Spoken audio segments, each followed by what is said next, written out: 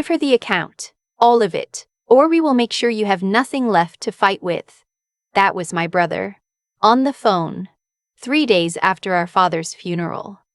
I didn't say anything. I just stood in my kitchen, still in the black dress I'd worn to the burial, holding a mug of coffee that had gone cold an hour ago.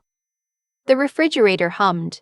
A car passed outside, and my brother, my older brother who I had shared a childhood with, who I had covered for when he wrecked Dad's car at 17, who I had flown home for every single Thanksgiving for the last 9 years, told me to hand over everything our father had spent his life building, or else. I set the mug down very carefully. I'll think about it, I said.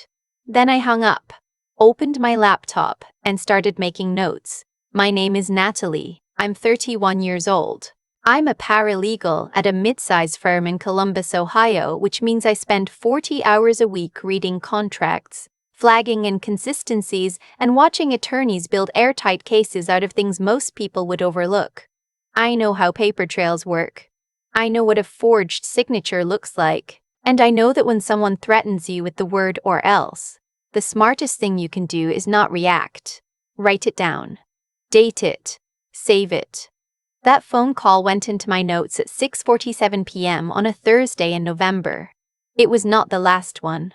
My father was a quiet man who built things slowly. He wasn't wealthy in the way people imagine when they hear the word no beach house, no stock portfolio, no name on a building anywhere. What he had was a paid-off house in a decent neighborhood outside Columbus, a small commercial property he'd rented to a dry cleaner for 22 years, and a life insurance policy he'd been paying into since before I was born. When everything was added up after he passed, the estate was valued at just over $340,000. Not a fortune. But not nothing. He'd updated his will 8 months before he died. I know this because his attorney, a woman named Ms. Caldwell, who had handled his affairs for over a decade, called me 2 weeks after the funeral to schedule a reading. My brother Trevor and I were the only beneficiaries. The split was 60-40. I was the 60. Trevor got the news the same day I did, and that was when everything changed. I should explain something about my brother, because this story doesn't make sense without it. Trevor is 44. He's 13 years older than me, which means we grew up in different eras of our parents' lives. By the time I started kindergarten, he was in high school. By the time I was navigating middle school, he was already out of the house. We were never close in the way siblings close in age are close. We were more like two people who happened to share a last name and a dining room table at the holidays. He had also, over the years, borrowed money from my father. Not once, many times. I only found out the full scope of it after Dad died. Roughly $78,000 over 15 years for various things. A failed restaurant venture, a truck he claimed he needed for a landscaping business that lasted 8 months, 2 rounds of credit card debt. Dad had written most of it off. He never said a word to me about any of it. So when the will said I was getting 60%, Trevor didn't see fairness. He saw a correction of something that had been done to him. That's the only way I can explain what happened next. The call started 3 days after the reading. That first one, give her the account or we'll make sure you have nothing. That was the opening move. When I didn't fold, the approach shifted. His wife got involved. Her name is Greta, and she has a talent for making cruelty sound reasonable. She called me on a Sunday morning while I was at the grocery store. I stepped out of the cereal aisle and listened to her explain in a very calm voice that Trevor had been the one present for their father's final years. That he had done the heavy lifting of caregiving, that the will clearly didn't reflect the full picture. That families who fight over estates end up with nothing, and wouldn't it be better if we just worked something out between ourselves, before attorneys got involved? She said the word attorneys the way people say war. I'll think about it, I said. I had already consulted 2 attorneys. The first thing I did after that initial phone call from Trevor was call Ms. Caldwell. I told her what he'd said. She listened carefully and then said, "Natalie, I need you to keep a record of every contact from this point forward. Every call, every text, every email. Time-stamped, if possible. Already started, I said.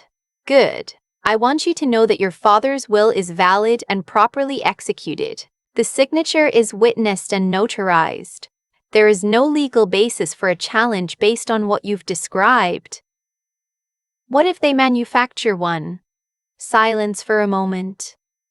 Then we deal with it. But right now, they have nothing.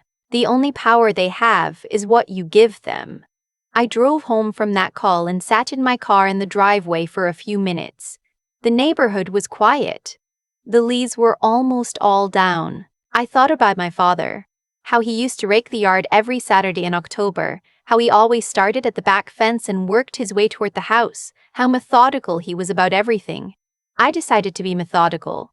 Over the next 2 weeks, I documented everything. I kept a running document on my laptop, saved to the cloud, backed up to an external drive, with every interaction. Date, time, who initiated, what was said, word for word as close as I could get it. Trevor texted 11 times in 14 days. The messages ranged from pleading to threatening and back again. One of them said, "You know Dad wasn't in his right mind toward the end. That will needs to be contested." Another said, "I've talked to someone and you're going to lose more than you think if you push this." I screenshotted all of them. I didn't respond to any of them. Greta emailed twice. Long emails, carefully written, full of phrases like, "what Dad would have truly wanted," and "the emotional labor Trevor provided," and "a more equitable distribution." She made their case the way someone makes a case when they know they don't have one legally. All feeling, no facts. I forwarded both emails to Ms. Caldwell. Here is what nobody in my family seemed to understand. I was not going to fight them. I wasn't going to send angry texts or call relatives to get them on my side or show up at Trevor's house demanding a conversation. I had read too many files at work. Too many cases where the aggrieved party made themselves look unstable, where emotions became ammunition, to do any of that. I was going to be completely still. And I was going to be completely still. And I was going to let them keep talking. The call I didn't expect came from my aunt, my father's sister, his only surviving sibling, a woman in her late 60s who lives in Dayton and had always seemed like the most neutral person in the family, called me on a Wednesday evening. I hadn't spoken to her since the funeral. I answered because I thought maybe she was calling to check in. She wasn't. "I just want you to know," she said, "that I think what you're doing is selfish. Trevor was there. You were in Columbus living your life. You could share more and it wouldn't hurt you." I let her finish. Then I said, "Did Trevor ask you to call me?" A pause. "He mentioned he was having trouble reaching you." "Okay, thank you for calling." I hung up. Added it to the document. Date, time, what was said. I won't pretend that one didn't sting. My aunt had held my hand at the burial. She had stood next to me at the graveside and squeezed my fingers when they lowered the casket. And 3 weeks later, she was making calls on my brother's behalf. I sat with that for a while. Then I put it down. There are only so many things you can hold at once. The situation escalated in December. I received a certified letter, through an actual attorney, a different one from Ms. Caldwell, informing me that Trevor intended to file a will contest on the grounds of undue influence and lack of testamentary capacity. The letter claimed that at the time my father updated his will, he was suffering from cognitive decline that had impaired his judgment. It claimed that I had isolated him from family in the months prior to the update. It claimed that the 60-40 split was evidence of manipulation. I read it twice. Then I called Miss Caldwell. "They filed," I said. "I know. I received a copy. Natalie, I need to ask you something directly. Is any of this true?" "Any of it, no." Dad updated his will 8 months before he died. He was sharp up until the last few weeks. He drove himself to appointments. He managed his own finances. He called me every Sunday. Did he ever express to you in those calls why he made the changes he made? I thought about it. He said he wanted to make sure I was taken care of. He said he knew Trevor would be okay. I paused. He knew about the loans, Ms. Caldwell. He knew exactly what he'd given Trevor over the years. He accounted for it. I'm going to need you to write all of that down. Every detail you remember about your father's condition, your conversations, your contact with him in the year before he passed. Can you do that? Yes. Also, did your father have a doctor he saw regularly? Dr. Okafor. He'd been his physician for about 12 years. I'm going to reach out to Dr. Okafor's office. Medical records showing your father's cognitive function in the months leading up to the will update will be significant. I got off the phone and opened a new document. I started writing. I wrote for 3 hours that night, everything I could remember about the last year of my father's life. His phone calls, his jokes, the opinions he had about things. The way he still read the physical newspaper every morning and did the crossword in pen because pencil felt like admitting defeat. The trip we'd taken together in the spring to visit his college roommate in Virginia. The lunch we'd had in September where he'd eaten the whole cheesesteak and complained about the price and then said, unprompted, that he was glad I'd become someone who could take care of herself. He knew what he was doing when he wrote that will. I knew it. And now I had to prove it. January came. The legal process moved slowly, which is how legal processes move. I kept working, kept documenting, kept being boring and methodical and completely unreachable to my brother. Trevor tried a new approach. He started contacting people who knew my father, neighbors, a man who'd attended the same church for 30 years, the tenant at the commercial property. I found out because the tenant, a man who'd been renting that space for over 2 decades and genuinely loved my father, called me directly to tell me that Trevor had come by asking questions. He wanted to know if your dad seemed confused lately, the tenant told me. I told him your dad argued with me about a lease clause renewal 2 months before he passed and he had every number memorized. Did not seem confused to me. Thank you, I said. Would you be willing to write that down? Sign it? Absolutely. That statement went to Ms. Caldwell the next day. What broke things open wasn't anything I did. It was something Trevor did. In February, Ms. Caldwell called me and asked if I was sitting down. I'm at work, I said. Sitting at my desk. We received the opposing documentation today. Part of their case relies on a letter they claim your father wrote in the last months of his life, expressing that he was confused about his finances and intended to split his estate equally. My stomach went cold. That doesn't sound like my father. It doesn't look like your father either. The signature is off. We had it reviewed by a handwriting analyst and there are significant inconsistencies with verified samples of your father's handwriting. I didn't say anything for a moment. My hand was very still on my desk. They submitted a forged document, I said. We believe so. And there's more. The letter was dated in a period when, according to Dr. Okafor's records, your father was recovering from a minor outpatient procedure and was at home with very limited contact with family, including Trevor. Trevor wasn't there. Trevor was not there, and the letter claims otherwise. I exhaled very slowly. What happens now? Now, Ms. Protnuns, Caldwell said, we take this to the judge. I'm going to be honest, the hearing was not what I expected. I had imagined something dramatic, raised voices, a gavel, someone breaking down. What actually happened was quiet and procedural and, in the way that actual justice often is, almost anticlimactic. The forgery evidence was presented. The handwriting analysis. The medical records establishing my father's whereabouts and his health status during the period in question. The tenant's statement. The call logs from my father's phone showing his regular contact with me uninterrupted in the months surrounding the will update. Trevor's attorney tried to argue that the letter could have been written earlier and misstated. The judge, a woman named Judge Holloway who had the energy of someone who had seen every version of this scenario and was very tired of it, asked for the original document to be submitted for paper and ink dating analysis. Trevor withdrew the letter before that could happen. His case collapsed in about 40 minutes. After, in the parking lot outside the courthouse, my brother found me before I could get to my car. He looked older than I remembered. Tired. He said he wanted to talk.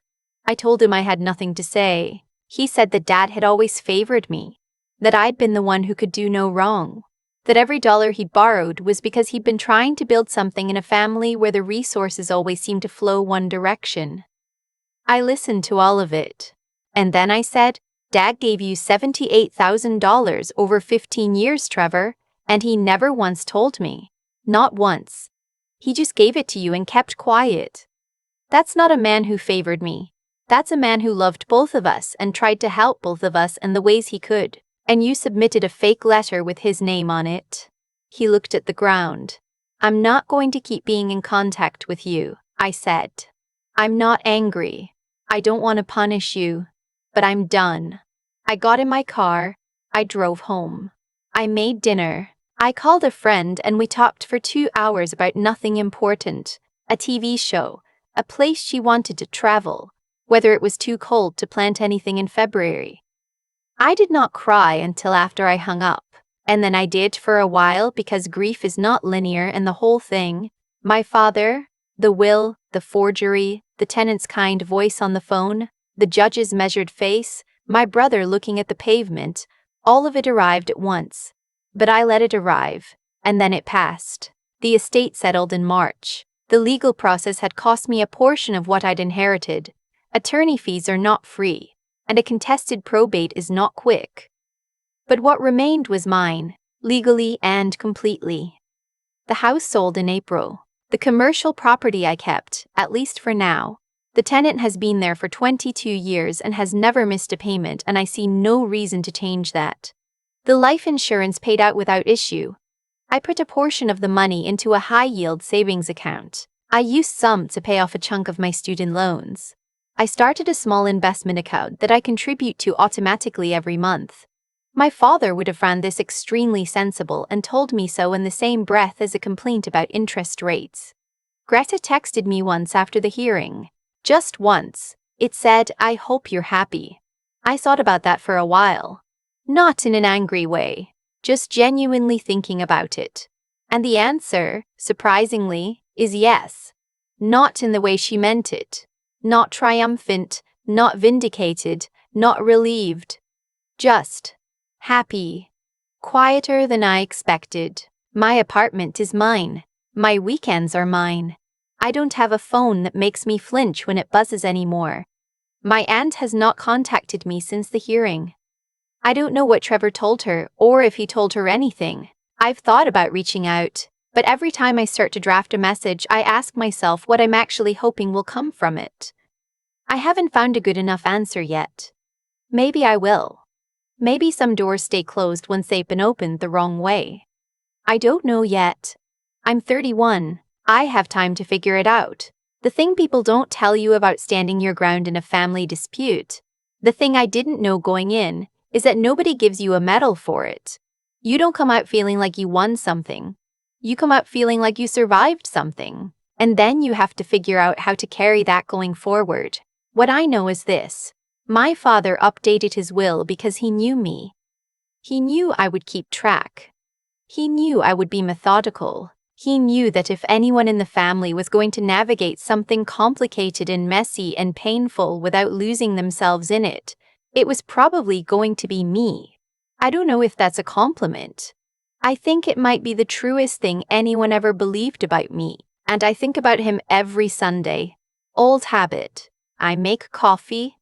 I open the window a little and I think about him doing the crossword in pen because pencil felt like admitting defeat. And I think, I know, Dad. I know. I've thought a lot about what actually happened here. Not the legal part, but the deeper part. The part that doesn't show up in any court filing.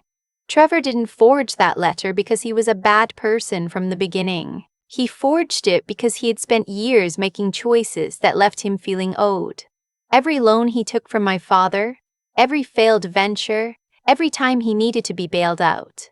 None of it was ever reframed in his mind as help received. It was always reframed as his due. And when my father's will said otherwise, Trevor didn't see a legal document. He saw a verdict on his life, and he couldn't accept it. That's the thing about the decisions we make quietly over years. When nobody is watching, they build a version of ourselves we eventually have to live inside. Trevor built a version of himself that genuinely believed the world owed him a different outcome. And when the outcome came and it wasn't the one he'd been waiting for, he did what people do when they have no honest tools left. He reached for a dishonest one. I'm not saying this to condemn him. I'm saying it because I think it's true and because I think it matters. What I did, the documentation, the stillness, the refusing to engage emotionally, none of that came naturally. I want to be clear about that. There were nights in January when I wanted to call him and scream. There was a moment in the courthouse parking lot when he looked so tired and diminished that I almost felt sorry enough to say something kind. The methodical version of me that kept records and forwarded emails to Ms. Caldwell, that wasn't my default setting. That was a choice I made over and over every time I wanted to do something else. And here is what I learned from making that choice. Restraint is not the same as weakness. Silence is not the same as surrender. When Greta called me to tell me families who fight end up with nothing, she was trying to use my fear against me. When my aunt called on Trevor's behalf, she was trying to use my love against me. The only way those tactics work is if you let them. And the only way to not let them is to stay very, very clear on what is actually true about your father, about the documents, about what you know and what you can prove. My father gave me something when he raised me to be careful and precise. I didn't fully understand what he was giving me until I needed it. He used to say that the most useful thing a person could do in a difficult situation was slow down when everyone around them was speeding up. I thought he was talking about driving. He wasn't. Natalie did the right thing, not because it was easy, not because anyone rewarded her for it in the moment, but because she had the integrity to stay honest when dishonesty would have been much simpler. She had the intelligence to document instead of react, and she had the endurance to hold her ground for months, alone, while the people who should have been in her corner were making calls on someone else's behalf. Those three things, doing what's right, thinking clearly, and not quitting, don't guarantee a perfect outcome every time, but they give you something nothing else can, the ability to live with yourself afterward, whatever happens. That's worth more than $340,000. And I think my father knew that too.